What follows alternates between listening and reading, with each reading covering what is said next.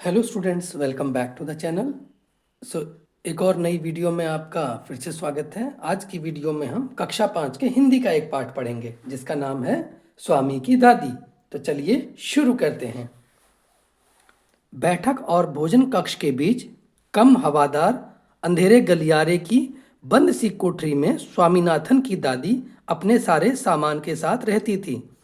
उनका सामान था 5 दरियों, 3 चादरों, 5 तकियों वाला भारी भरकम बिस्तर, पटसन के रेशे का बना एक वर्गाकार बक्सा और लकड़ी का एक छोटा बक्सा जिसमें तांबे के सिक्के, इलायची, लौंग और सुपारी पड़े रहते थे।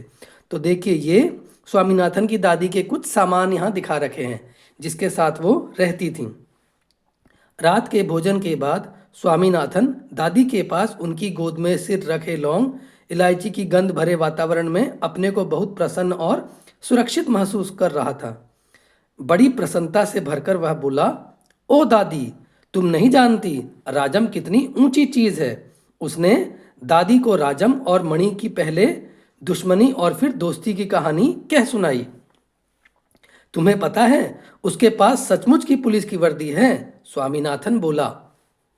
सच? उसे पुलिस की वर्दी क्यों चाहिए? दादी ने पूछा। उसके पिता पुलिस अधीक्षक हैं, वह वहां की पुलिस के सबसे बड़े अफसर हैं। दादी काफी प्रभावित हुई। उनका सच में काफी बड़ा दफ्तर होगा, उन्होंने कहा। फिर उन्होंने उन दिनों की कहानी सुनानी शुरू की जब स्वामीनाथन के दादा रौबदार सब मजिस्ट्रेट थे, जिनके दफ्तर में पुलिस वाले कांपते हुए खड़े रहते थे। उनसे डरकर खूंखार से खूंखार डाकू तक भाग खड़े होते थे। स्वामीनाथन अधीर होकर उनकी कहानी खत्म होने का इंतजार करने लगा, लेकिन दादी बोलती ही गई, इधर उधर भटकती हुई और अलग अलग समय पर घटी घटनाओं को गड़बड़ करती हुई। बस काफी है दादी, उसने रूखे स्वर में कहा। मैं तुम्हें राजम के बारे में कुछ बताना चाहता हूँ। जानती हो उसे गणित में कितने नंबर मिलते हैं? सारे नंबर मिलते होंगे, है ना? दादी ने पूछा। अरे नहीं, उसे 100 में से 90 मिलते हैं। चलो अच्छा है, लेकिन तुम्हें भी मेहनत करके उसकी तरह नंबर लेने चाहिए। तुम्हें पता है तुम्हारे दादा कभी कभी ऐसे उत्तर लिखते थे कि परीक्षकों को भी चकित कर देते थे। किसी सवाल का जवाब देने में वे दूसरों के मुकाबले 10वां हिस्सा वक्त लेते थे और फिर उनके जवाब इतने शानदार होते थे कि कभी कभी उनके अध्यापक उन्हें 200 नंबर तक दे देते थे। जब उन्होंने एमए किया तो उन्हें इतना बड़ा मेडल मिला था। मैं कई सालों तक उसे गले में पहनती रही। पता नहीं मैंने कब उसे उतारा। हाँ, जब तुम्हारी बुआ पैदा हुई।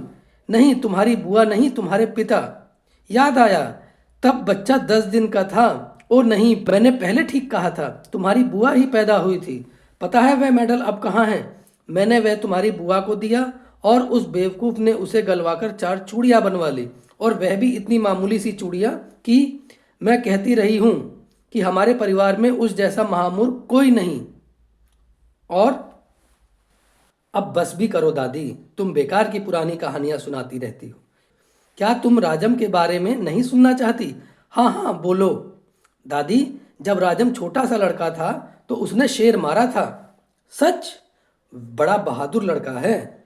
तुम यह बात मुझे खुश करने के लिए कह रही हो। तुम्हें यकीन नहीं होगा। स्वामीनाथन ने बड़े उत्साह से कहानी शुरू की। राजम के पिता एक जंगल में डेरा डाले हुए थे। राजम उनके साथ था। अचानक 2 शेर उन पर झपटे और एक ने पीछे से हमला करके पिता को गिरा दिया। दूसरे ने राजम का पीछा किया। राजम एक झाड़ी के पीछे छुप गया और वहीं से गोली चलाकर शेर को मार डाला। दादी, क्या तुम सो गई? उसने कहानी खत्म होने पर पूछा। नहीं बेटा, सुन रही हूँ। अच्छा बताओ, कितने शेर आए थे? 2 शेर राजम पर झपटे थे, दादी ने जवाब दिया। स्वामीनाथन दादी के गलत जवाब से चिढ़ गया। मैं तुम्हें इतनी जरूरी बातें बता रहा हूँ और तुम नींद में ना जाने क्या क्या उलूल जलूल कल्पना किए जा रही हो। अब मैं तुम्हें कुछ नहीं बताऊंगा। मैं जानता हूँ तुम क्यों ऐसा कर रही हो। तुम राजम को पसंद नहीं करती। नहीं नहीं, वह तो बहुत प्यारा लड़का है, दादी ने बड़े विश्वास से कहा। उन्होंने राजम को देखा तक नहीं था। स्वामीनाथन खुश हो गया। दूसरे ही क्षण उसके मन में एक नया संदेह पैदा हुआ। दादी, शायद तुम्हें शेर की कहानी पर विश्वास नहीं हो रहा है। मैं एक एक शब्द पर विश्वास करती हूँ, दादी ने स्वर में मिठास भरकर कहा। स्वामीनाथन को इससे खुशी हुई। लेकिन उसने चेतावनी के तौर पर जोड़ा, जो भी उसे झूठा कहेगा वह उसे गोली मार देगा। दादी ने इसका समर्थन किया और हरिश्चंद्र की कहानी सुनाने की बात कही, जिसने वचन का पालन करने के लिए सिंहासन, पत्नी और बच्चे को खो दिया और अंत में उसे सब कुछ वापस मिल गया। उसने कहानी आधी ही सुनाई थी कि स्वामीनाथन खर्राटे लेने लगा।